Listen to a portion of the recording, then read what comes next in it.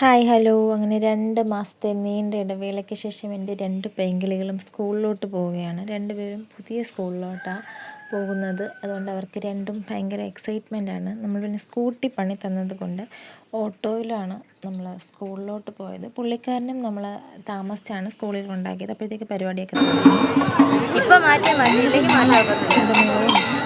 കാര്യങ്ങളൊക്കെ കഴിഞ്ഞ് 2 ഓഡിറ്റോറിയത്തിൽ കൊണ്ടാക്കിയിട്ട് അവളെ കൊണ്ടാക്കിയിട്ട് തിരിച്ച് വന്നിട്ട് എൻ്റെ ഇളയ മോളെയും കണ്ട് പിന്നെ ഞാൻ വീണ്ടും മൂത്ത ആളുടെ അടുത്ത് പോവാണ്. അതുവഴി ഞങ്ങൾ എൻ്റെ അമ്മയുടെ അനിയത്തിയുടെ മോളെയും കണ്ട് തിരിച്ച് NCC JRCയിലേക്ക് മോളെ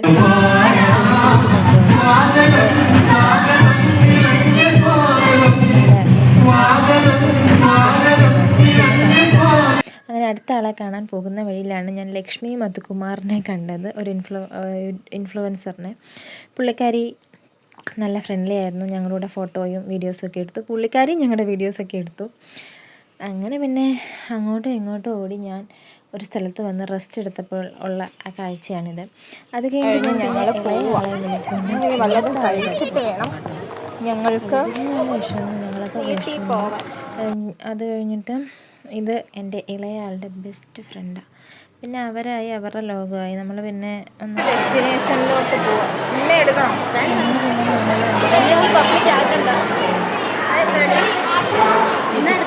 വേണ്ട പട്ടി വേണ്ട എൻ്റെ അനിയത്തി ഉണ്ട് കേട്ടോ.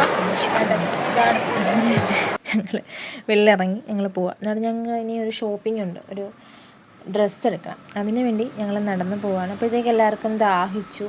അങ്ങനെ ഞങ്ങൾ ഒരു ബേക്കറി കയറി.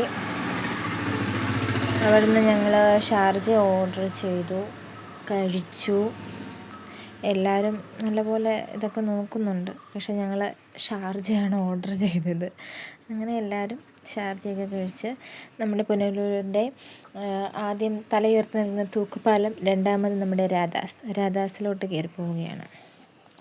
രാധാസിൽ നിന്നാട്ടോ ഞങ്ങൾ തുണി എടുക്കാൻ കയറുന്നത്. കാരണം അവിടെ റെഡിമെയ്ഡ് കിട്ടുമെന്ന് അറിഞ്ഞിട്ടാണ് അങ്ങോട്ട് പോകുന്നത്. നമ്മളങ്ങോട്ട് പോകുന്ന രാധാസിൽ നിന്ന് ഇപ്പോൾ 2ാമത്തെ തവണയാണ് പോകുന്നത്. ഭയങ്കര മോശമാണ്, കസ്റ്റമർ സർവീസ് ഭയങ്കരമായിട്ട് മോശമാണ്. നമുക്ക് ഇഷ്ടപ്പെട്ട സാധനമൊന്നും അവർ നമുക്ക് എടുത്തിട്ട് തരത്തില്ല.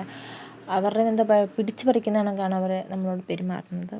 പിന്നെ അവരുടെ ജോലിയുടെ ഭാഗമായിട്ടായിരിക്കും അവർ നമ്മളോട് അങ്ങനെ ചെയ്യുന്നത്. പക്ഷേ നമുക്ക് നമ്മുടേതായ ഇഷ്ടങ്ങളില്ലേ. നമ്മൾ കുറേ ഡ്രസ്സ് എടുത്തിട്ടു. അവർക്ക് ഭയങ്കര ബുദ്ധിമുട്ടായിരുന്നു. അങ്ങനെ പിന്നെ ഞങ്ങൾ അവിടുന്ന് ഒരു ഡ്രസ്സൊക്കെ എടുത്ത് ഇറങ്ങി. നല്ല കളക്ഷനും കാര്യങ്ങളുണ്ട്. പിന്നെ വേറെ ആക്ടിവിറ്റി വർക്ക് കാര്യങ്ങളൊക്കെ ഉണ്ട്.